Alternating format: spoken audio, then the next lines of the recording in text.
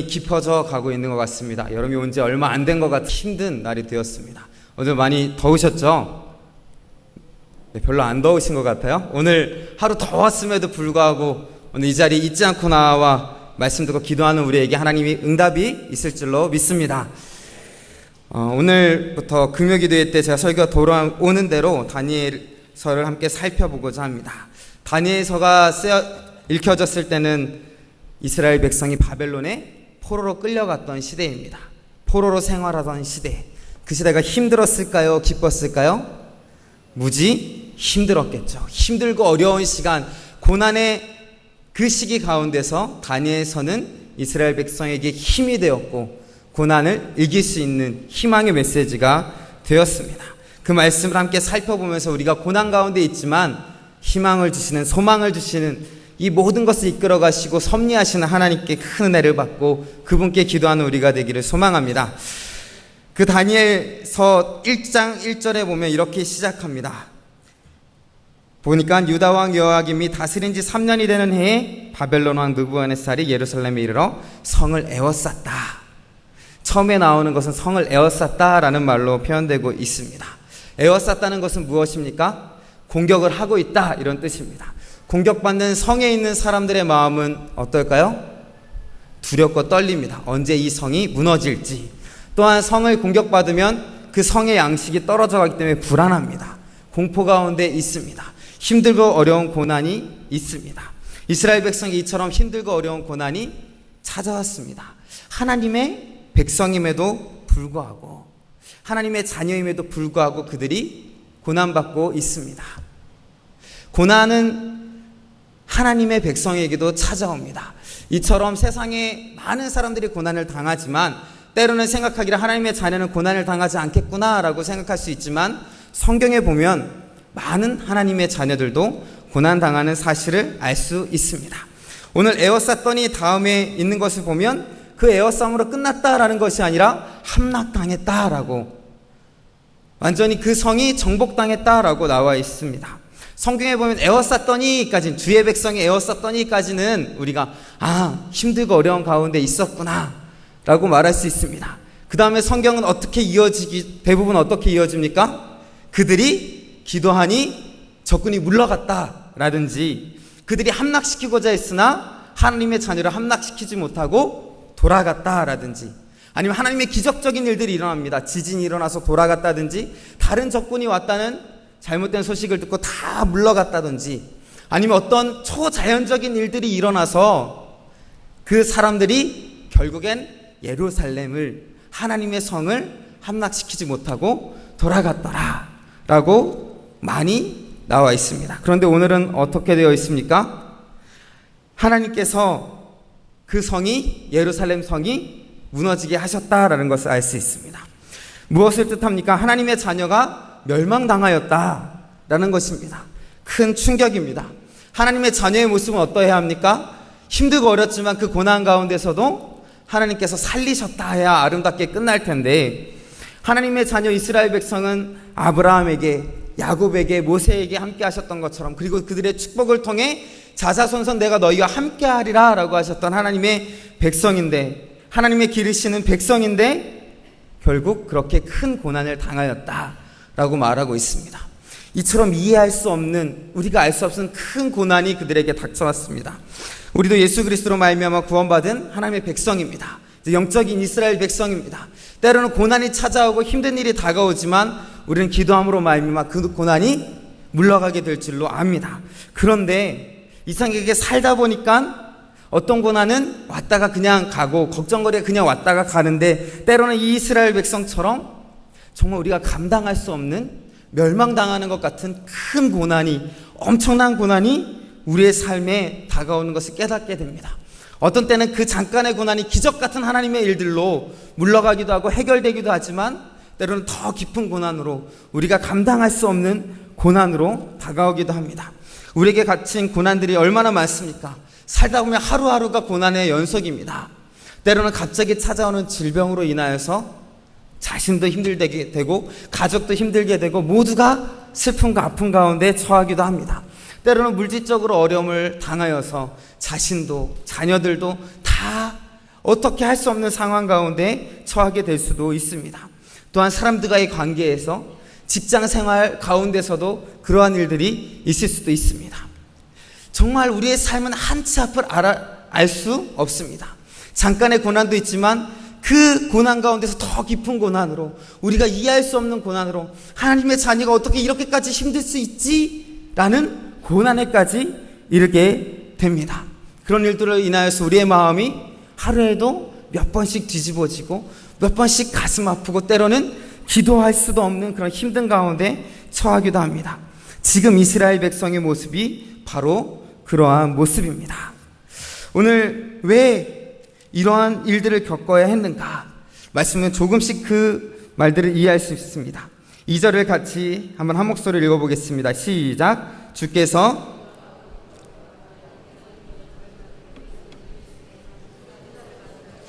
자기 신들의 신전에 가져다가 그 신들의 보물창고에 두었더라. 오늘 예루살렘이 함락당하면서 한 가지 이런 일이, 하나님의 성전에 있는, 하나님의 전에 있는 그릇 얼마를, 하나님의 제사에 쓰이는 그것을 이방인들이 가져다가 자기 신전에 두었다라고 말하고 있습니다. 아, 그냥 그것 중에 얼마를 가져다가 놨구나 라고 쉽게 생각할 것이 아닙니다.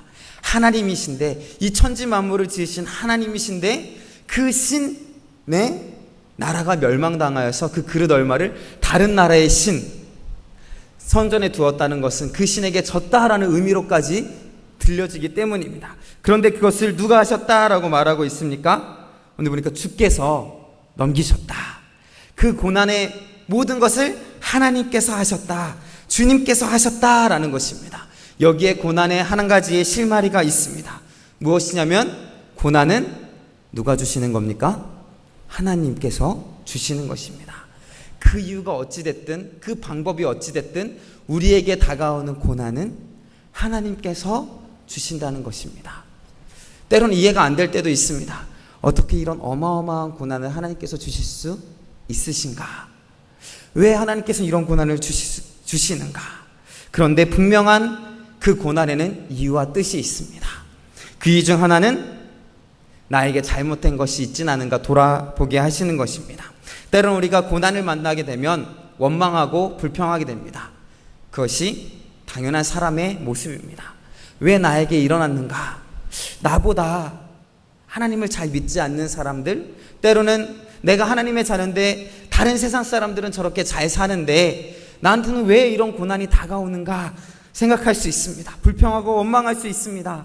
그러나 그 가운데 항상 먼저 생각해야 될 것은, 이 고난은 분명히 하나님께서 주신 것일진데 이 고난이 나한테 왜 다가왔을까?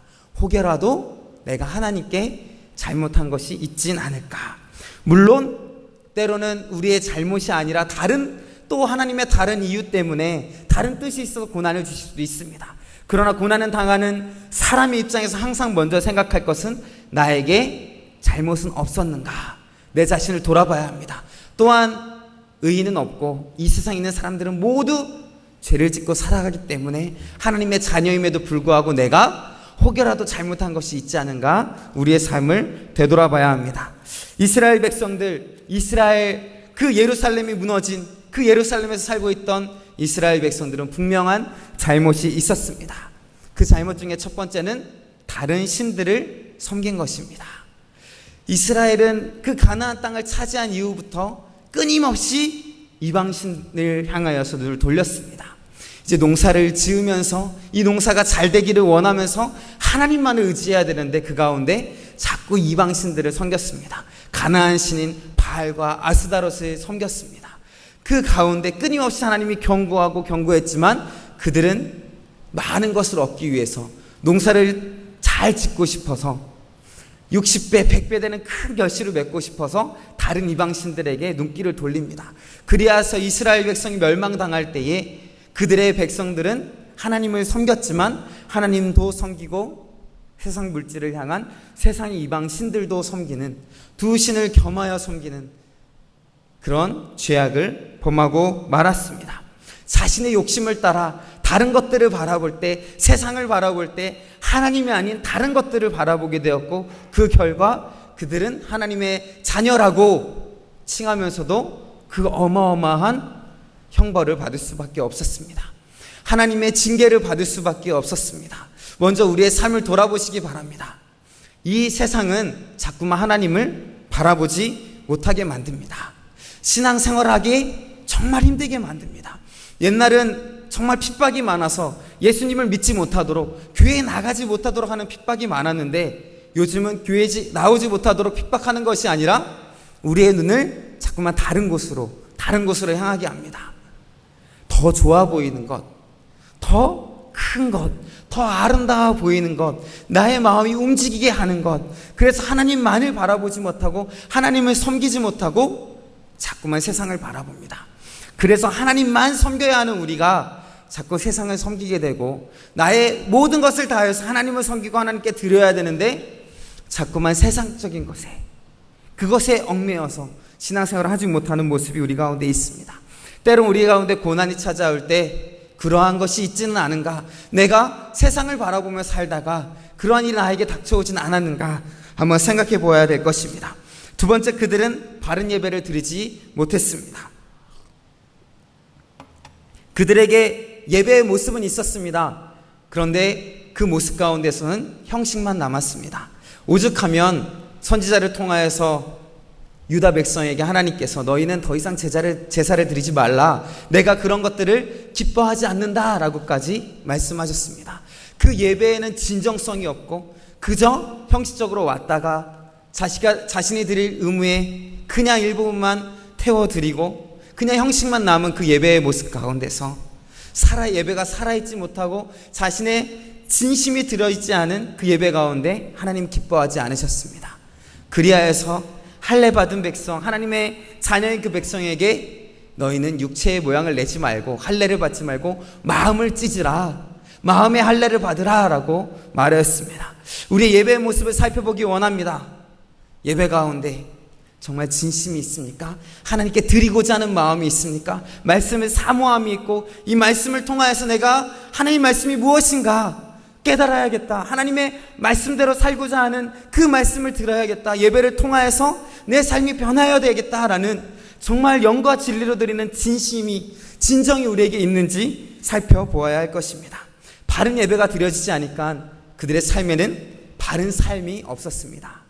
자신의 이익만을 위해서 살아서 다른 사람을 속이고 하나님이 원하시는 공의를 행하지 못하고 자신의 이익을 위하여서 남을 생각하지 않고 사랑을 베푼지 않는 그런 모습이 그들 가운데 가득했습니다. 그 가운데 그들은 하나님을 기쁘시게 하지 못했고 그 결과 그들은 하나님께 큰 형벌을 받을 수밖에 없었습니다. 때론 우리에게 다가오는 큰 고난들이 우리의 죄가 아닌 다른 또 여러 가지 하나님의 뜻이 있겠지만 사람된 입장에서 가장 먼저 생각해야 될 것은 우리 자신을 바라보아야 하는 것입니다. 오늘 이 밤 우리가 하나님을 위해 부르짖을 때 먼저 나에게 잘못된 것은 없는지, 내가 하나님께 나아가고자 하는 마음이 있는지, 내 모습 가운데 정말 하나님을 향한 마음이 있는지 살펴보는 우리 그들이 되기를 주님의 이름으로 소망합니다. 세 번째로, 고난이 우리에게 주는, 하나님께서 우리에게 고난을 주시는 이유가 있다면 하나님을 부르짖는 기회가 되는 것입니다. 이를 통하여서 하나님께 더욱 부르짖도록, 하나님과 더욱 가까이 하는 것. 이 세상에서 살아가는 가장 큰 복이 무엇입니까? 여러 가지 이 땅에서 살아갈 때 하나님께서 주시는 복이 있습니다. 육체의 건강도 중요합니다. 물질의 넉넉함도 중요합니다. 가정과의 관계도 물론 중요합니다. 그런데 가장 중요한 것은 바로 하나님과 가까이 하는 것입니다. 하나님과 가까이 하는 것이 진정한 복입니다.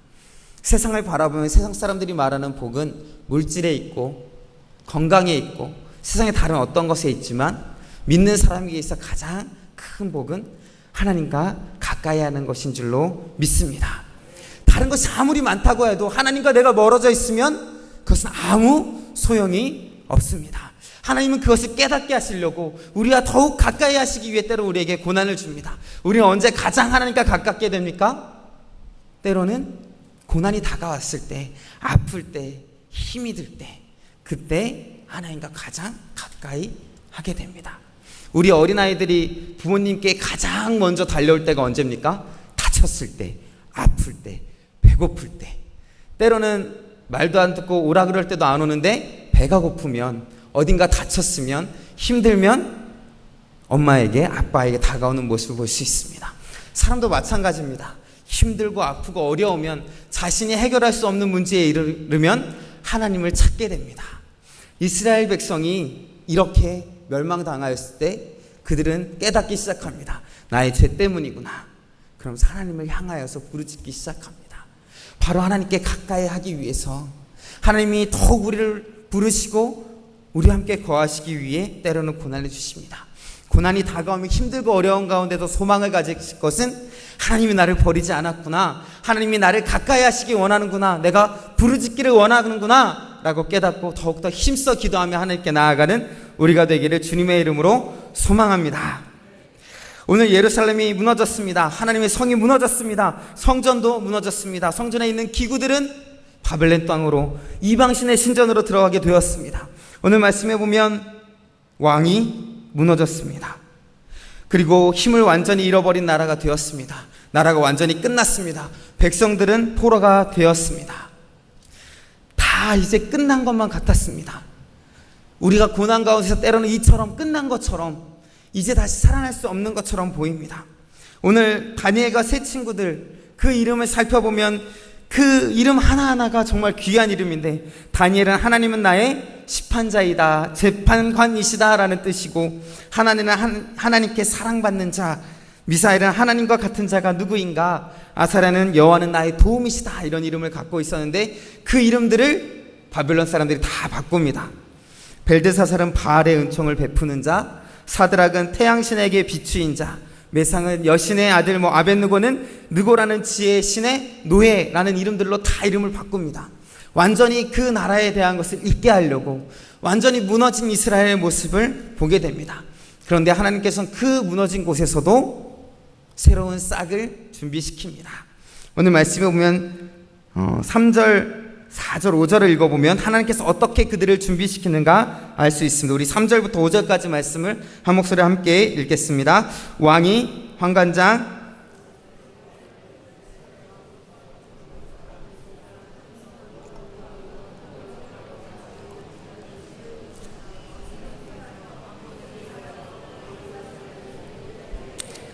그들에게 갈대아 사람의 학문과 언어를 가르치게 하였고, 또 왕이 지정하여 그들에게 왕의 음식과 그가 마시는 포도주에서 날마다 쓸 것을 주어 3년을 기르게 하였으니 그 후에 그들은 왕 앞에 서게 될 것이더라. 아멘. 누가 어떻게 했습니까? 오늘 보면 느부갓네살 왕이 환관장에게 시켜서 이스라엘 백성 중에서 뽑으라. 근데 참 대조적인 모습이 보여집니다. 황폐화되고 이제 무너진 이스라엘을 보여주지만 그 가운데 빛나는 사람들, 빛나는 아이들, 흠이 없고 용모가 아름답고 모든 지혜를 통찰하며 지식에 통달하며 학문에 익숙하여 왕궁에 설 만한 사람들, 무너진 이스라엘이랑은, 포로된 이스라엘 백성이랑은 대조되는, 어울리지 않는 빛나는 사람들을 뽑으라 라고 말합니다. 그리고 그들을 왕궁에 설 자를 세우겠다. 누가 누구에게 명령한 겁니까? 왕이 환관장에게 명령한 것입니다. 그런데 이것은 그냥 왕이 환관장에게 명령한 것이 아닙니다. 하나님께서 왕을 통하여서 그들을 세우게 하신 것입니다. 왜냐하면 다니엘 뒷부분에 나오는 모든 모습을 볼 때 그것은 바로 하나님께서 세우신 것입니다. 무너진 이스라엘이었고, 무너진 나라였고, 더 이상 설 수 없는 나라 같았지만 하나님은 새로운 사람들을 준비시킬 것입니다. 이스라엘을 세울 사람들, 이스라엘의 존재를, 하나님이 살아계심을 증거할 사람들, 큰 이적들을 행하고 놀라운 일들을 행할 믿음의 사람들을 준비시키십니다. 이것이 바로 하나님의 모습입니다. 때론 우리는 고난 가운데 완전히 무너져버린, 어떻게 이런 일이 있을 수 있지? 이젠 끝이다 라고 생각할 수 있는 가운데 하나님께서는 이처럼 싹을 준비하시고 새로운 놀라운 일들을 준비하시는 것을 볼 수 있습니다. 우리 가운데 아무리 힘들고 어려운 일이 있다 할지라도, 예루살렘 성이 무너진 것과 같은 더 이상 어떻게 일어날 수 없는 일 가운데 있다 할지라도, 의인은 7번 넘어져도 8번 일어날 것이라 라는 하나님 말씀을 의지하여 소망을 두는 우리가 되기를 주님의 이름으로 소망합니다. 그렇게 뽑은 백성 가운데 또 하나님께서는 몇 사람들을 고르십니다. 우리 6절, 7절 말씀을 한번 읽어보겠습니다. 시작. 그들 가운데는 미사엘과 아사랴가 있었더니 환관장이 그들의 이름을 고쳐 다니엘은 벨드사살이라 하고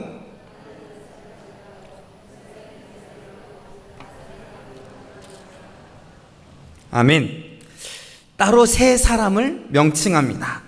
그들 가운데는 이라고 말하면서 다니엘과 세 친구 4명의 사람들을 말하고 있습니다. 그냥 말했겠습니까? 이들이 앞으로 뭔가 놀라운 일들을 행할 것이기 때문에 이들의 이름을 나열합니다. 그 가운데, 그들 가운데 더 놀라운 하나님의 일들을 행할 사람들이 나타납니다. 이 이름들이 우리들의 이름이 되기를 주님의 이름으로 소망합니다. 점점 세상은 신앙생활하기 어려운 시대가 되었습니다. 하나님의 이름을 널리 퍼뜨릴 사람들이 점점 없어지는 시대가 되었습니다. 우리의 자녀들이, 우리의 다음 세대들이 점점 힘들어지고 있습니다. 주일학교 인원들이 점점 적어지고 있습니다. 우리 교회뿐만이 아니라 전체 우리나라에 있는 전 주일학교 인원들이 점점 줄어가고 있다고 합니다. 사람들이 적은 것도 있고 여러 가지 이유가 있겠지만 어쨌든 점점 하나님의 이름을 높일 사람들이 적어지고 있습니다. 하지만 오늘 말씀처럼 하나님께서 그들 가운데 놀라운 기적들을 행할 사람, 하나님의 이름을 높일 사람, 다 쓰러져가는 가운데서도 더 놀랍게 하나님의 일들을 선포하는 사람, 그들 가운데 있는 또한 이름이 불리어지는 그 사람들이 우리 아현교회 사람들이 되기를 소망하고 또한 우리의 자녀들이 되기를 소망합니다. 이것을 잊지 않고 기도하고 하나님께 소망을 두며 기도하는 이 밤이 되기를 주님의 이름으로 소망합니다. 이 시간 함께 기도하겠습니다. 하나님, 오늘 이스라엘이 멸망당하는 그 모습을 살펴보았습니다. 우리 가운데 혹시나 죄가 있다면 용서하여 주시고 하나님 우리를 회복시켜 주시고 하나님 우리의 고난 가운데서 벗어날 수 있도록 주님 붙잡아 주시옵소서. 하나님 엄청난 고난 가운데서 새로운 일을 준비하신 주님, 우리 가운데 힘들고 어려운 일이 있습니다. 새로운 일들을 계획하셨던 하나님, 우리의 삶에도 새로운 일들을 행하여 주시고 우리가 생각지도 못했던 많은 일들이, 많은 기적들이 하나님 우리를 통하여서 일어나게 하여 주시옵소서. 이 시간 함께 기도하겠습니다. 하나님 아버지,